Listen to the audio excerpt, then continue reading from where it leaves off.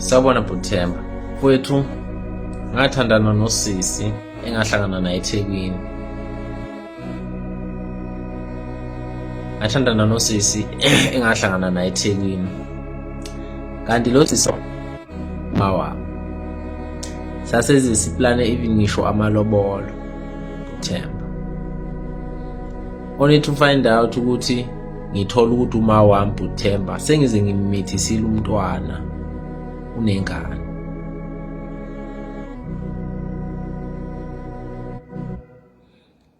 Sawubona Buthemba. So ngasebenza Buthemba ngapha eThekwini ngihlangane nosisi. So usisi usekhulile ngokomnyaka. But nangase ngikhulile. But yena ubethe ukuqina. Wayengishiya nje ngeminyaka ngizoke ngicela ukuyigodla ke iminyaka engishiya ngayo. Buthemba sijole nalo sisi uyangisiza kakhulu cause wayekade engifundisa ikuyi-lecture yami engifundisa. So wayengabonakala ukuthi mdala kodwa wayemdala ngeminyaka yabonakali nje umzimba physical. So Buthemba lo sisi lo sijole naye and ungiphethe kahle Buthemba uyangenzela yonke into nami ngibe umuntu impela ke nje ebantwini. Sizehlela ukuthi Buthemba uyacabanga ngijole nalo sisi ngiyamfihla ekhaya ngesimo sokuthi ngiyazi ukuthi mdala. So sijole naye ngize ngifike mina ekuthenini ngiyasebenza nami ngiyaqeda ukusebenza esikoleni ngiyasebenza. Sesinengane ke ngani mangiqeda wayesekhulelwe ngenza unyaka wokugcina. Ngesimo sokuthi kwakuumuntu wayeno connection engitholele kumsebenzi. Sekuphele no 2 years Buthemba sikhulile nengane yethu usekhulelwe enye.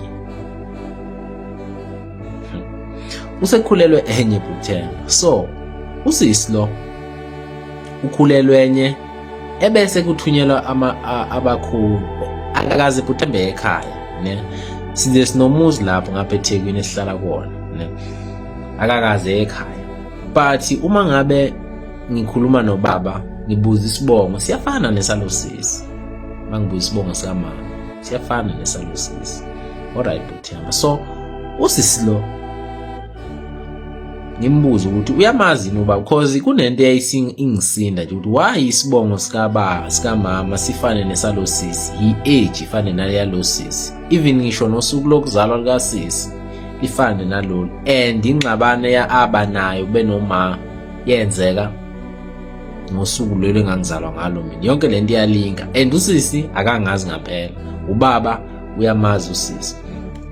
Buthemba ngithola ukuthi uma wami sekudlula amalobolo sehanjisiwe amalobolo kuboka ma wami phela kusho ukuthi ngizosho njalo sehanjisiwe amalobolo la ngifind out khona ukuthi uma wami sengikhombisa ubaba umakoti wami.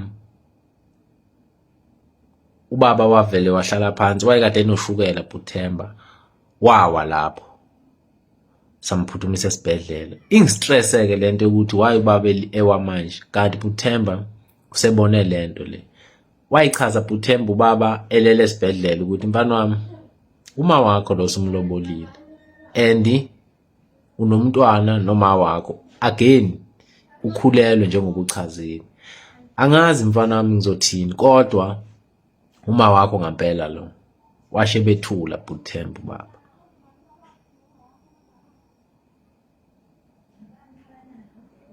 Into eyenzeka lapha Buthemba singamtshela mina usisi ukuthi no ubaba uthi uma wami Buthemba ngakhipha imbuzi ngangazi kwakuthiwa kwenziwani kodwa nje kwagezwa kwenziwa lento yaqhubeka lo mshado saqhubeka sahlala noma saqhubeka sathandana kuze kube namhlanje. We guys iyenzeka into efana naleyo ayi